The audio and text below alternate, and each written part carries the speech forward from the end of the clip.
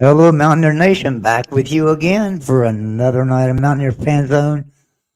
We got a big week this week right here on the West Virginia football with the Voice of College football. Mhm. But first, let me tell you, right up there is Mr. Shane. Shane, what's going on tonight, man? Not much, I had a weekend in Morgantown. Watched some college football and or not football, basketball. A little change from having football in the brain, but we'll talk a little bit about that and some interesting, trash articles coming out. You know, we'll get just crapping on West Virginia, which we're going to touch upon, but other than Yeah, that, I'm doing good. How are you doing? It's a big week. We're getting ready for, getting ready for you're getting ready for your Friday show and some great names that you were talking to me that might be on the show. And heck, even if 40% of who you mentioned shows up, I'll tell you what, that's going to be a banger of a show. Banger. yeah. And it's all for Del Wolfley. So, as everyone knows, Del Wolfley passed away quite a while back. But we never Mhm. could get this remembrance show together. And so things are taking shape right now. There's the Polar Plunge is Saturday, and that was Dell's baby. Dell loves Special Olympics, Mhm. loved doing things, raise money, stuff like that. So he always said the Polar Plunge, and that was pretty much his baby. So this will be, I guess, the first year without for the Polar Plunge without Dell, and so we want to make sure that we got a good crowd this week, and so that we can support Dell's program up there with that polar plunge, Special Olympics, and everything. All that stuff was really near and dear to his heart. And and gosh, I'll tell you what, I sure miss that guy. I know a lot of people do, Mhm. and stuff. But so I'm hoarse tonight, guys. I'm having a hard time talking because I've been on the phone all day. We've been setting up this show, and I do want to let you know before I lose my voice what we've got going on this week. So Wednesday night. 7 o'clock Mountaineer Locker Room Show with Frank Fear, Coach Greg Chris, Mickey Plumley. They're going to bring on the old panel from Mondays on Wolfman's Call. So so Wolfman always had certain guests he brought in on certain days of the week. And on Monday, he had Daryl Prue and Frank Fear, and of course, quite a few others. So he's returning that back. And also, Kathleen will be on there as well. And Stone Wolfley will be on there. And I'm not sure about Maverick Wolfley yet. That's on the Wednesday show with Frank. And they're going to start their show at 7 o'clock, and it's going to be a tribute to Dale. They're going to sit and Mhm. talk about the Wolfman quite a bit. So I encourage everybody to be sure and tune in Wednesday night to that. Then on Friday night is the big show, the main show, the full remembrance of Dale Wolfley. Been working or talking with WBU about getting some stuff together and helping. I spoke with several people today, football players previous, and coaches and everything else previous, and invited them onto the shows for Friday. Got confirmation for quite a few of them, and I won't go over the list here right now because things could change between now and Friday. But it will be a show you won't want to miss. Mainly, I want you to be here though for Dale, not just here to see, our big stars from Western University. Uh, they're going to be here to talk about Dale, and that man meant a lot to a lot of people. So and it's gonna be a great week, it'll be a big week, but it's going to be a sad week for me anyway. Mhm. It's kind of bittersweet because I'm happy that we're doing this for Dale, happy that everyone's interested in doing it, but at the same time, I'd much rather have Dale with us. I'd much rather be doing a show with Dale on Friday Mhm. night. So, um, so yeah. So anyway, we've got that going on this week. So you don't want to miss anything on this channel this week. All right. So let's talk a little bit about uh, your your time up in Morgantown here. You went to the basketball game and got to see some of Yeah, the best. You got to see some of the best defense you've ever seen in your life, did you? you know, it's it's unfortunate because uh, We it's just don't not have the no defense. yeah, it's not the player's fault. It's not the coach. It's just a bad situation for It everyone is. because first and foremost, it's the experience itself is top notch. Okay, the facilities are wonderful. The jumbotron, that's an old person saying for whatever the screen is, but you know what I'm talking about. The scoreboard looks fantastic. They have a dance squad. They have cheerleaders. They shoot T-shirts. There was a halftime show with dogs catching frisbees. Pyrotechnics before the game, of course, the traditional rollout, the red carpet for the Mountaineers. The sound system is fantastic, on point. There were stretches where the players looked good, and then when there were stretches where they looked beyond abysmal. Okay, just turning the ball over, dribbling off their foot. One player threw the ball, the same type of bad pass 2 times in a row. It's almost like it should be like I'm waiting for the Disney movie to make the move where they turn it around, and it's just not happening. It's like, but they still. I was talking to Ryan and Rush today. Ryan and Rush from Ryan and Rush Yeah. show. I was talking to them today, and I was telling them it's not Josh Eiler's fault. No. He was handed a stick of dynamite that was already lit. The fuse was already burning on it. Yeah. And he was put in a bad situation, and it's making him look bad. I don't think he's that bad of a coach. I think he's just been having a hard time getting things together, and he got thrown into the fire. He'd never coached before, never done it. And all of a sudden you're a coach. Man, all of a sudden you're coaching in the Big 12. I mean, it's not like you're coaching in the Mountain West or Sun Belt or something. You're coaching in the Big 12 here, and then that's a tough task for anybody, much less a first-year head coach. And then taking, having basically not June, the end of June. Like, you're literally the end of June. You have July to get players to field a team. That is crazy. Now, I give him a ton of credit because his demeanor, he's been professional. His demeanor has been poised. And then not to mention it's your first year coaching, and you are coaching in hands down, the best conference in college basketball.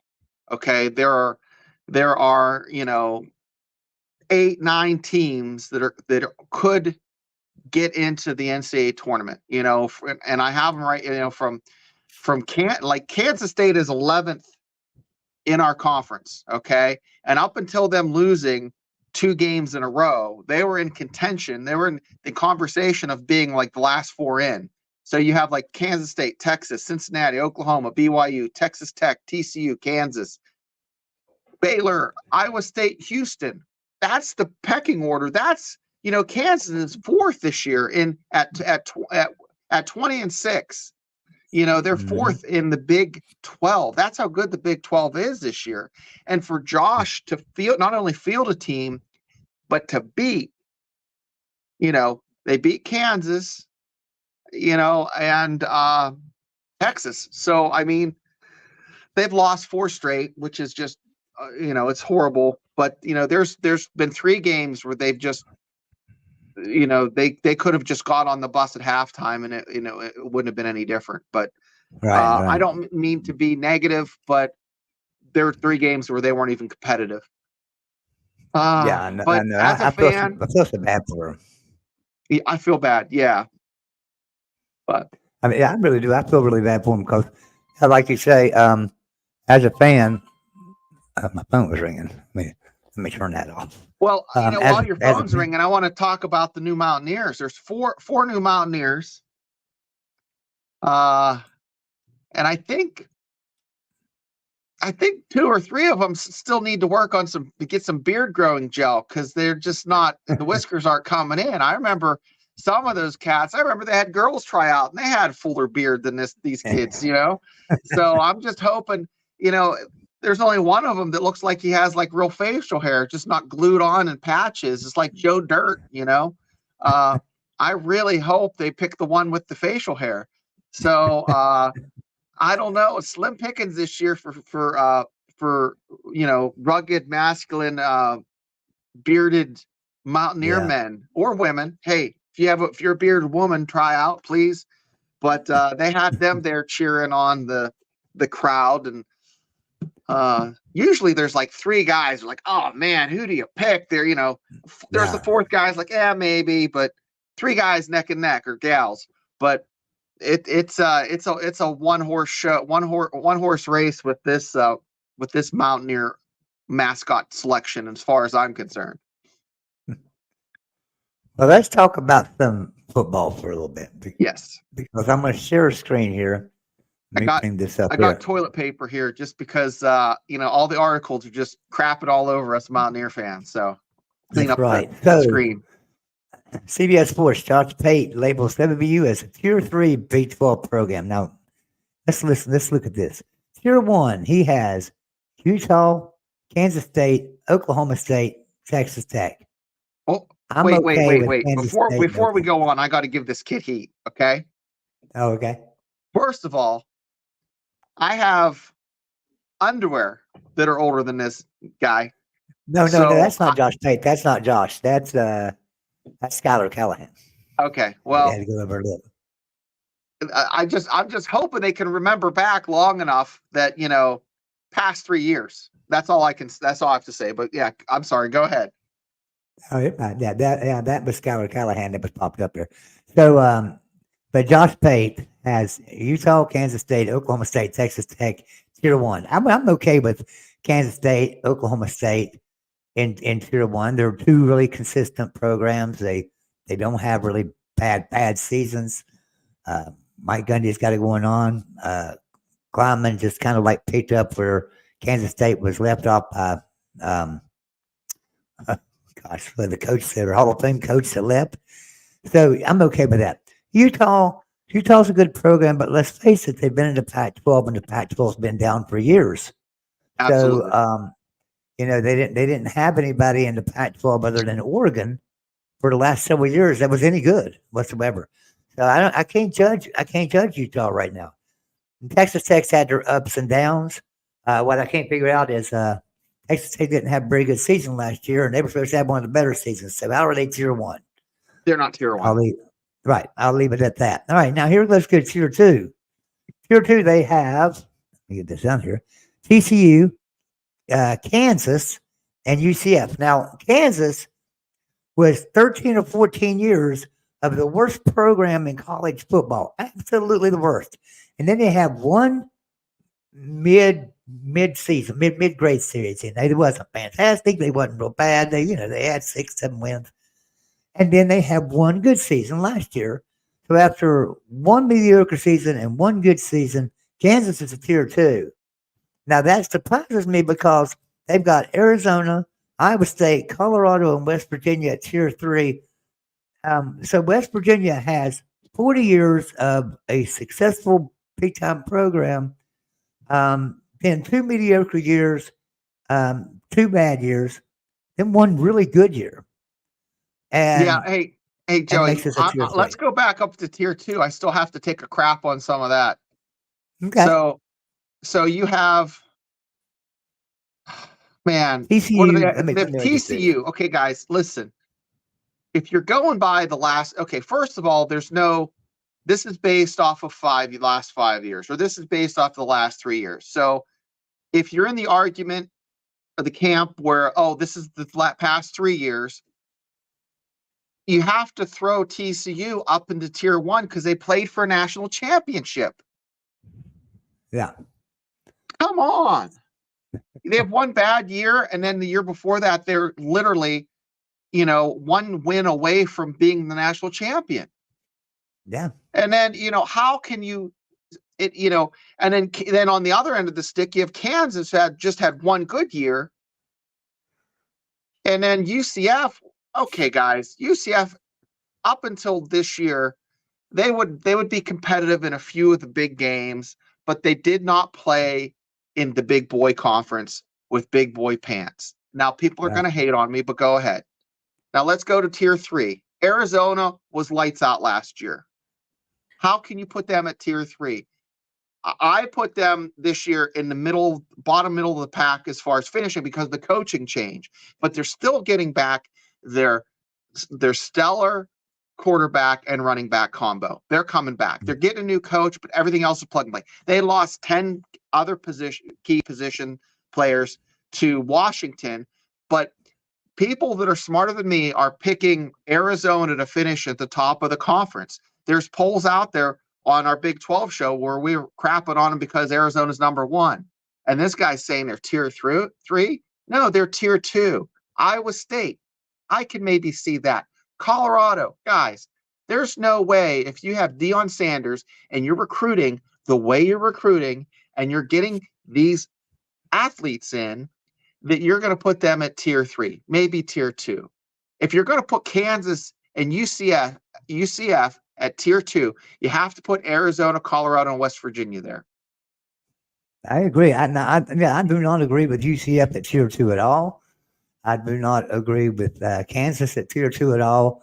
Not right now. I think Kansas is a great team, but I think they need another year, maybe even 2 years, to put them up into a tier 2 category. There needs to be some proven success on the field year in and year out to be ranked in tier 1 or tier 2.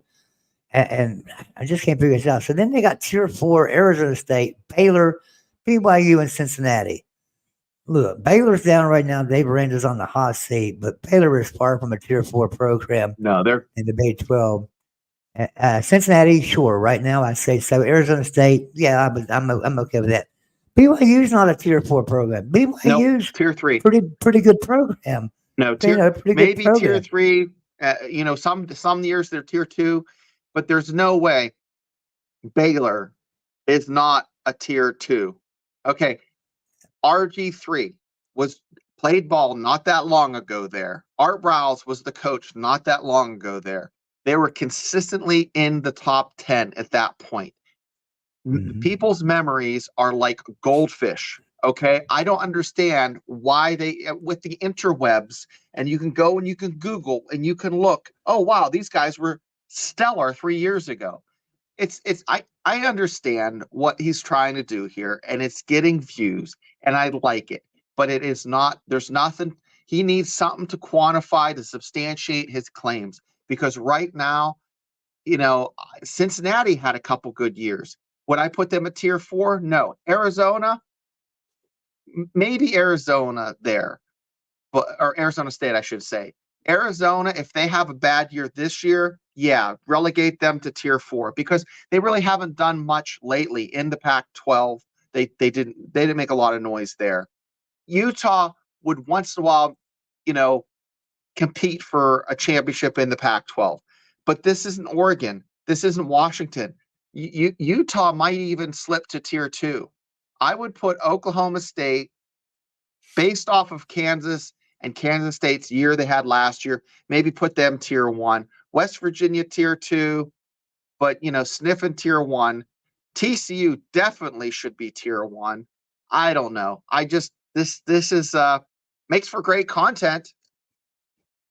Yeah, it makes for great content. But here's the thing I'm upset about too, because I'm seeing it all over Twitter. I'm seeing the arguments going on between Utah fans and West Virginia fans, and Utah fans and Oklahoma State fans about how Utah is the best team, going to be the best team in the Big 12 when they come in. And they might very well be better than everybody this year. Who knows? But they're not talking about just this year. They're saying of all time.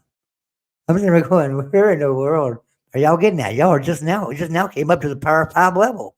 You're brand new to Power 5 level. You can't count all that stuff when you're out there playing them other teams that, So I can't figure this out how. So I was watching a show today. I don't remember which one it was. And they were talking about Oklahoma State and Utah, and they were talking about how Utah coming in and Oklahoma State and Utah getting to play each other's great. They're going to dominate. One of them teams is going to dominate the Big 12. There's nobody else in the Big 12 even close to those programs, and even all time.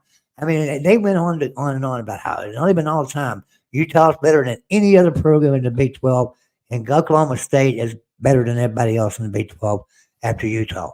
And I'm sitting there going, oh my gosh, man, the West Virginia's the 15th winningest program in college football history. And What- they ain't you- nobody else in the Big 12 comes close to that. Wait, I got some numbers for you. West Virginia football program is now, they own the most all-time wins by any Big 12 school by a significant margin. Colorado's Right. next, followed by Utah and TCU. So West Virginia, Colorado, Utah are the three with over 700 wins all time. Okay. That's facts. Okay.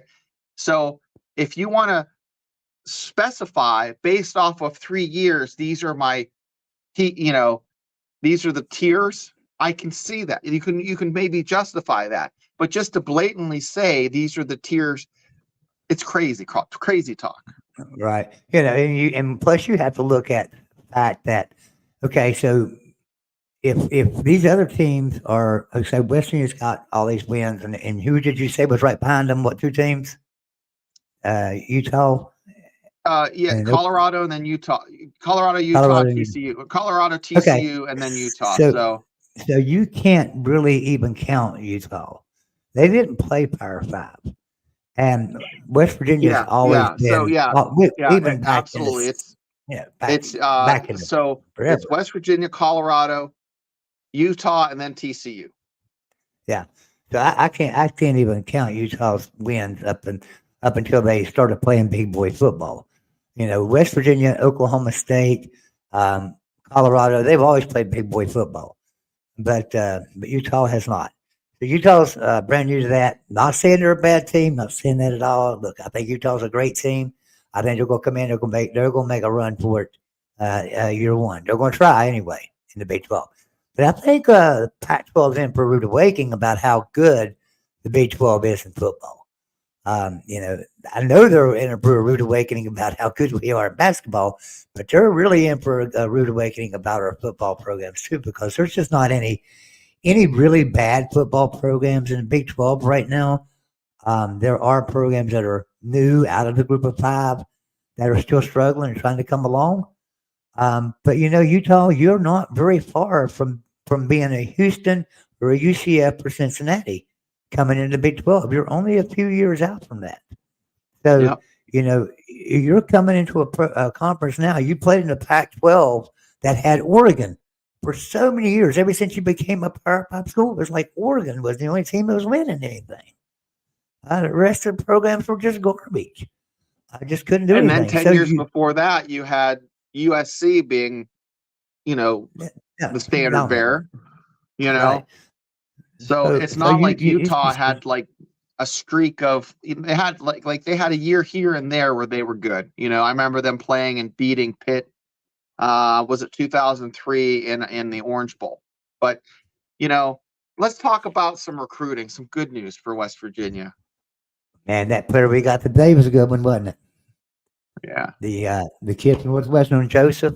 What's his name? It's D-back. Jaheim Joseph. I mean, Jaheim Joseph. We were just talking about how, we had some questions about the young man from that Aiden from Duquesne. Is he going to be able to come in and compete? Because Beanie Bishop came in from Minnesota. Northwestern is much like Minnesota. They, so he might come in and make a run at being able to start immediately.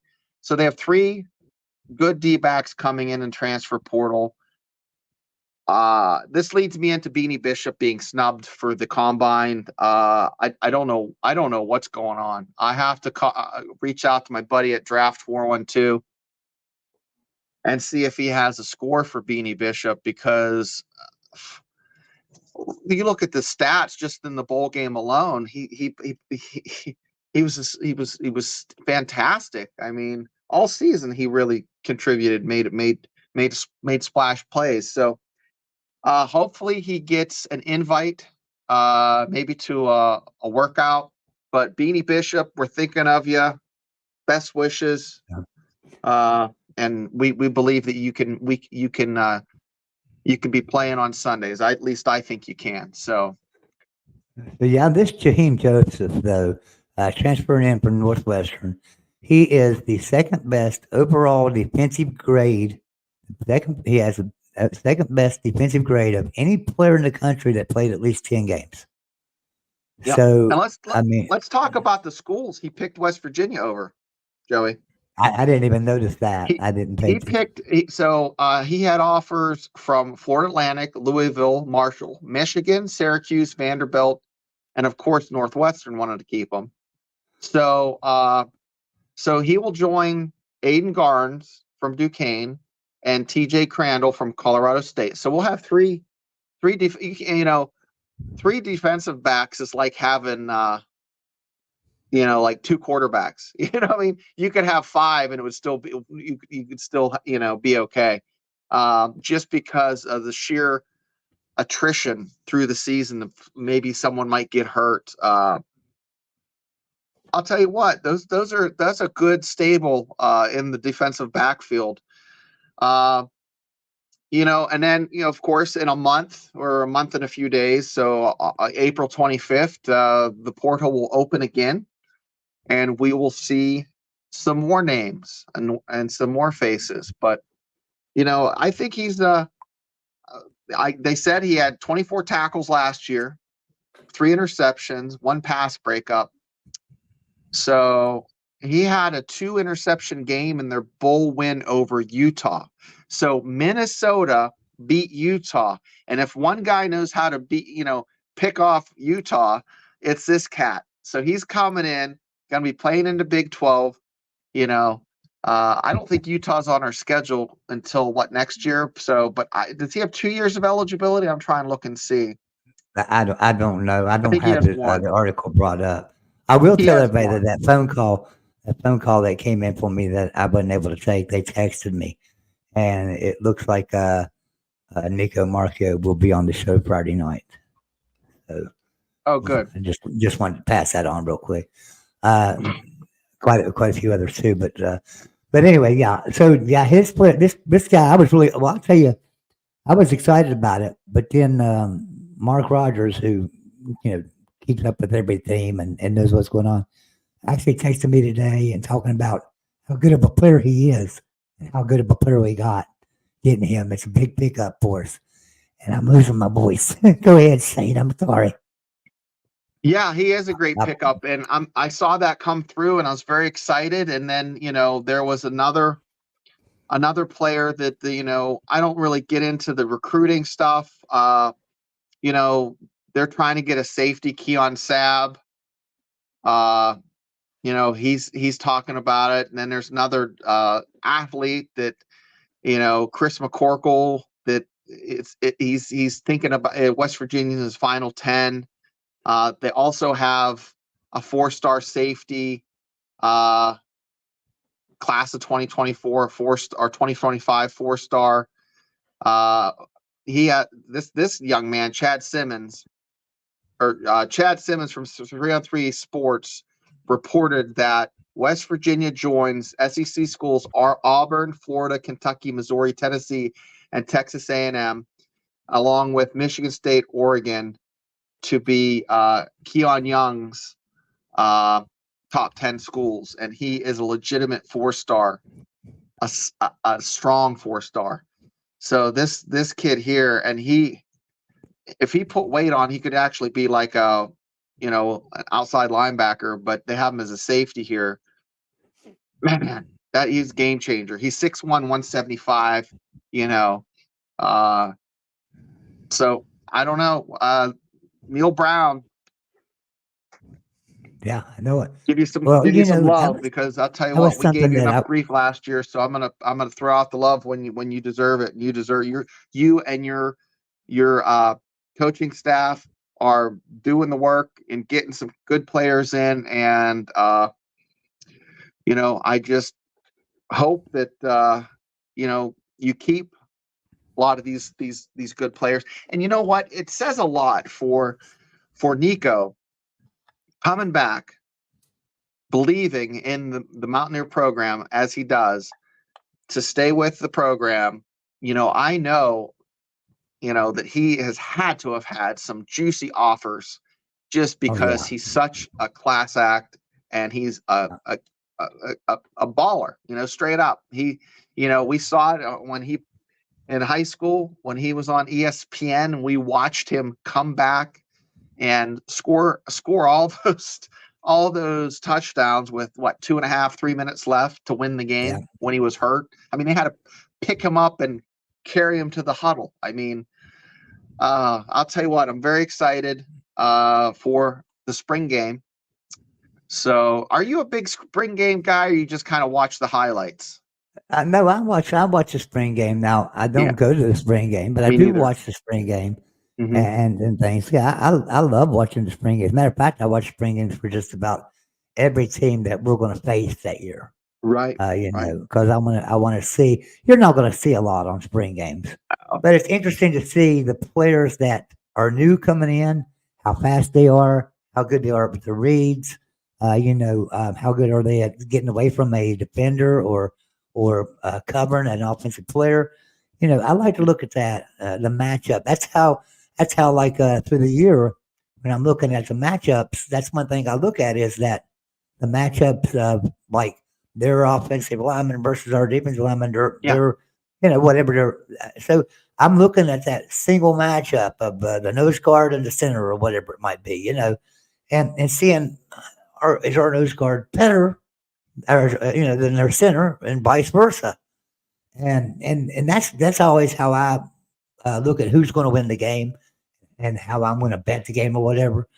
Mind you, I very seldom bet against West Virginia, but at the same sense, even though I might bet on West Virginia, my heart's telling me maybe we're not going to win this game or something. It's sort of like a basketball program this year. Boy, I'm rooting them on, I'm cheering for them, but I'm sorry, it's just not the year for you. So I do want to welcome in traveling pools, just like Timothy Green's doing there. TF, appreciate you being here, brother. I was on my tee off till 4:30 this morning. We was playing um, Oregon Trail from the Oregon Trail. 1980s, and we played trivia. We played trivia from 10:30 to about 12:30, and then we played Oregon Trail from about 1 o'clock until like 4:30 this morning. And so over on his channel, That's Traveling crazy. Pool's Traveling Pool's a hell of a good guy. He's a great friend of mine. But yeah, so let me ask you something here though, real quick, Shane. I was watching some shows today, and they were talking about how even though West Virginia's down and not winning a lot of games, 2019, 2020, twenty twenty Hmm. one, we just didn't win a lot of games. It really, our recruiting's better under Neil Brown than it ever was under Dana. And it's Yeah, not slacking off. It's not slacking. The recruiting's not slacking off. It's actually increasing. It's getting better. And I think he's yeah, figured out this transfer portal thing too, because if you look at the overall grades of the players we lost versus the overall grades of the players we brought in, we improved. We're a better football team. yeah. It seems like he has like a steady, more of a balance than some of the coaches seem to be pushing completely towards the transfer portal. Like I would say, Yeah. Colorado, it's like 90-10 transfer portal. Okay. Where he seems to be like 60-40, 70-30. It's that seems to be what I see from as a fan looking on the interwebs. That's what I see other teams. It looks like the transfer portal. There's maybe, you know, 10 or 15 going out and maybe 10 coming in or 12 coming in, and they supplement with high school kids. Uh, that seems to be the way things are working. But and I think that's what Neil Brown is doing. And But now I remember give him this. And credit for point, reaching let out. me What's that? let me point this out to you because I think you will agree with me. If we look at Kansas as an example here, and we go back to starting their downfall, when Kansas started their downfall in football, Mhm. the reason for that, if you'll go back and look, is they started hitting the transfer portal pretty hard. Mhm. They were trying to build a football team out of the transfer portal. And what happens there is you get a player for a year, All of a sudden he's gone. He lost that scholarship. And so Kansas at one time was down to like 65 scholarships because of that, because they lost so many scholarships just playing a transfer portal. And what was his name? Not Charlie Weiss. What was his name? Was it Charlie Weiss? Strong. No, he was there for a while as the coach at Kansas. Oh, I know who you're talking about. Let me look it up. Yeah, I can't remember his name. But anyway, that's what he did. He just hit transfer portal. Now let's think about this. What Dana Holgorsen do at West Virginia? Quite often he hit that transfer portal. Oh, I mean, yeah. a lot. 2014, 2015, 2016, 2017, hell, 2018, our whole team was pretty much transfers. And look what happened here. Look what happened after that year. 2019, 2020, we just were down, right? I mean, we just couldn't do nothing. We couldn't beat nobody. We was lucky to beat Army in the Liberty Bowl. Yeah, you're playing with house money. It seems like you're rolling the dice, and you don't know if that next year you're going to get the talent you had the year before. Where if it's more of an even flow, and you have now here's the thing too, they have more coaches that are working in the transfer portal, and they have more eyes out there, I think. So it's easier to kind of they're doing more of the evaluation of these guys, where before it was just the community colleges and the JUCOs. But it's still, I think the art has become a science, and now the next couple years you're going to see them really just get it to a fine, just get that to a scalpel. Right now they still have it looks like a pocket knife. Yeah, I agree. I'm going to remind the chat, if you haven't done so, please sure and hit the thumbs up button, and also I hope everybody had a nice day today. If you was off today because of the holidays, I hope you had a great one and stuff. And back to the grind tomorrow. And please remember our big shows this week. And like I say, Nico Marcio, I'll tell everybody that the people that's confirmed for me right now is Eugene Napoleon, obviously a good friend of mine. Coming in, Brian Joswiak, also another good friend of mine. Nico Marcio has confirmed and will be here. So I'm still waiting on about 100 more. But remember, I just sent these emails and messages out today, so we'll know more later on in the week as to who's going to be here. And we have a team of people actually that are working on getting everybody together for this remembrance of Dale Wolfley. And I really want every Mountaineer fan. Yeah. I don't care if you subscribe to our channel or not. There's plenty of Mountaineer fans out there that don't subscribe to our channel, but I know they'll be here. I'm 90% sure they'll all be here, and that's the good thing about it. So I want everybody to just make sure that everyone that you know that's a Mountaineer fan, make sure they know that we've got these programs this week to honor Dale Wolfley. Not because we want to get subscribers or the like button, but because we want them to be there for Dale. Okay, we want them to be there for Dale Wolfley. Go back and watch his shows, because I've never seen he was a huge fan of Nico's, right? Oh yeah. Oh, he was a huge fan of Nico's. Yeah. I mean, the only thing he talked about was, hey, Garrett Green's a great quarterback, but he's a good five quarterback. That's what he would always say. He's a good five quarterback. He said, Nico though can see over that line, and that boy can throw that ball. That's our quarterback. And he felt very strongly about that. We argued quite about. Matter of fact, we argued on his very last show that he did on WOLFMAN's Call. If you go back and watch his last episode, you'll see me come on the last 20 minutes to just argue with him about quarterback situation and how strong he was on Nico, how strong I was on Garrett Green, and yeah, he was pretty good. So I can't talk, guys. Go ahead, Shane. I'm losing my voice again. No, I just tell you, it's this week is on all of our shows. It's Dale Week, number 64. So if you don't know, his brother Ron played in the early '80s. His older brother played for WVU and then went to play for the Cardinals. And then his Dale's oldest brother played for the Steelers. So it's And he's it. still they're both still there too, because one's a color analyst for Cardinals, one's a Yes. color analyst for the Steelers. Yep. And then so they're both still there, and we're trying to reach out to them too and see if they like to be here too. So they may possibly be here with us. I don't know what their schedule's going to be like, obviously, Yeah. but we want to reach out to everybody we possibly can, and every Mountaineer fan. Be sure and be here, And if you know a Mountaineer fan that doesn't subscribe to this channel, or let's put it this way, if you know a Mountaineer fan that's an older fan like me that maybe doesn't even know how to use YouTube, make sure you show them how to use it or tell them how to use it so they can come and watch the show as well. So we can do that for the Wolfman. That's what I want to do. I suppose it's going to go longer than an hour. Oh yeah. I plan on popping in and saying hi for a minute or two, and then just bowing out because it's going to be just yeah, the who's who of Mountaineer land, and just me as a peon.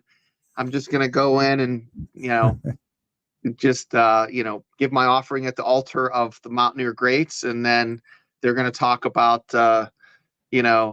Wolfley and just it's going to be Dale's week this week. It is. Timothy Green says he remembers that show. I think he's talking about where I argued with Bill Wolfley about the quarterback situation. Yes. And stuff. But I'm going to lose my voice, guys. So if y'all don't mind, I'm going to have to end this show because I can't talk. Shane, do you want to keep going? I'll just drop you the back room. I think we've wrapped everything up with a bow. That if you're a West Virginia fan, make sure you have wet wipes handy, because it is the season for Mountaineer fans to get pooped on until they beat Penn State. Yeah, that's right. And I, you know what? Even if they lose to Penn State, I don't care. There's still nobody in the Big 12 that can beat us right now. Arizona has lost too many players and a coach. Utah's coming in, but we don't play Utah. Maybe in the Big 12 championship game we do. I think Kansas State and Kansas are going to be good, but I don't think they're better than West Virginia. I just don't. I think it might be. I think West Virginia might be a little bit better than them. They're at least equal. It's going to be really, really good close games. But I just really believe West Virginia is going to have a double-digit win season. Right, and then the Big 12, as far as a basketball, it's turning into a basketball conference. Yeah, because my goodness, they're playing some great ball. Maybe not in Morgantown, but if you want to see good basketball, you can go to the Coliseum and watch the Mountaineers play. There's a few home games left. Guys, support them. Support the girls team, the wrestling, soccer. These college athletes are really putting out a great product, and support the Gold and Blue through the trust. And also, it doesn't have to be $1 million contribution. It could be $25. It could be $100. That money will help the program become better. So when they do lift a Big 12 championship, you will have a hand in it. So, hey, and join the NIL.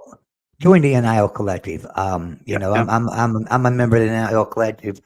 You can join it for I don't know what the lowest price is. $39 a month. No, it ain't that much, is it? I don't even know what the lowest amount is. But I know I'm a member of it. I want to support Mountaineers because I love Mountaineer football. I love Mountaineer basketball. I love Mountaineer sports. Just the other day I sit here and watched the rifling championship. Wow. So I mean, it's amazing. Just, Mountaineer football and basketball, rifling, baseball, every sport, we need to stand behind them 100%. I know all of our hearts are with football because we are football fans, but we're also Mountaineer fans, so let's stand behind them. And with that, we do want to tell you, we're going to talk about this Thursday night on Big 12 Fan Zone about how the Big 12 is a basketball conference with a football problem. So we will discuss that Thursday night. So we're going to go through a little bit of the, just quickly touch on the teams that are, unless the sky falls, they're making it into the tournament. So, Yeah. My opinion on how many teams are going to get in. Then we're going to talk about what Sports Illustrated and ESPN say, what they say. But the bottom of the Big 12 is as good as anybody else in the nation, in my opinion. I think so too. So anyway, guys, appreciate everybody tuning in tonight. Sorry, I got to cut it a little bit short, but I think y'all can all hear that I can't talk very good. So we will see you again. Shane and I will be back with you Thursday night. Do not forget, Wednesday night, be on here for Frank Yep. Beer's show, Mountaineer Locker Room. That's going to be an amazing show too. And it'll be a dedication to Bill Wolfley, and we will have he will have Stone Wolfley on there. His son Maverick Wolfley will be on there. Dale Wolfley's wife will be there. I don't know about Jaden, but Jaden might be there.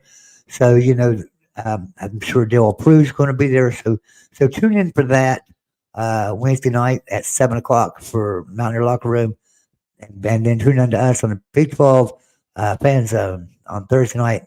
Friday night's the big show, the Remembrance of Dale Wolfley, and no one must miss that. I'm sure, so mark your calendars for that. So everyone have a great night, and Shane and I will see you Thursday. Bye-bye.